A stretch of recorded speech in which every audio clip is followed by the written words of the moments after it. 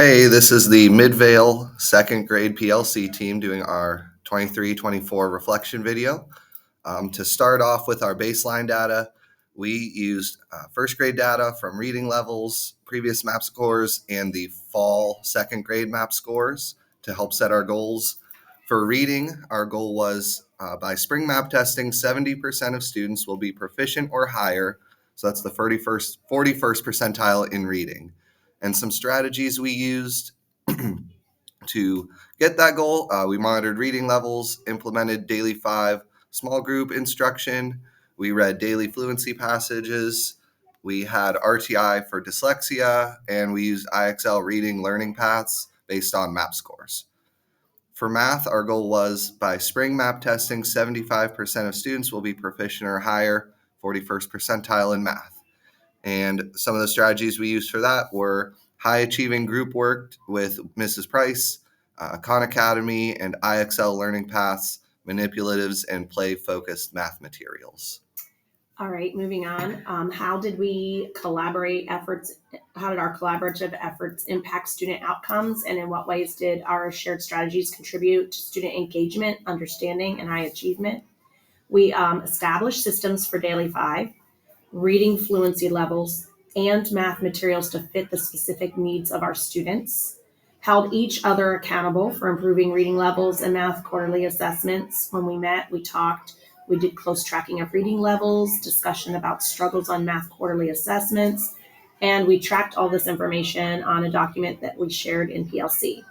Also, we had the assessments were not simply to just check a box. We wanted to be intentional about what we were doing. How did we communicate the high expectations for all students? We had open conversations about what mastery looked like and what was needed for each of our students to achieve mastery. It was broken down into steps individualized for each individual student. We shared evidence of effectiveness and explained any trends. So we had our new Orton-Gillingham curriculum. It seemed to really, really benefit our students. We did not have students asking how to spell. Being in our 5th year using the materials of Magic of Math, we feel we're really able to start seeing the fruit of our labor and make it effective for each classroom's need. Mrs. Heck and Mr. Palma both taught whole group, whereas Mrs. Waters used materials to teach center-based math lessons. And what successes are our team most proud of? We're especially proud of our highest proficiency achievement scores in recent years. Classroom reading levels are higher than they have ever been in the past, and we are very confident sending this group on to 3rd grade.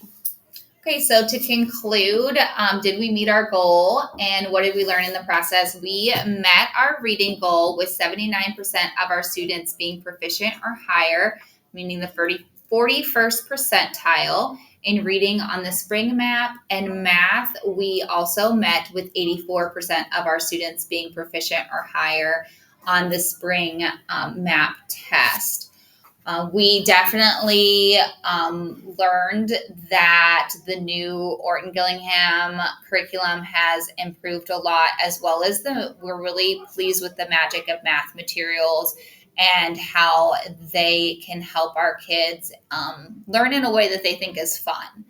And then moving forward, what do we prioritize and adjust as we move into next year to foster and contribute our PLC's tight alignment and focus of getting students to perform at higher levels?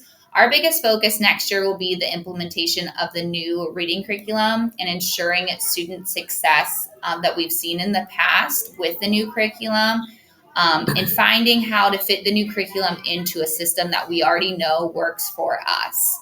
As well as one of the things that we took away from Lynn Pulick was that we needed to implement some kind of poetry fluency into our classroom. So that's another one of our goals moving forward into next year.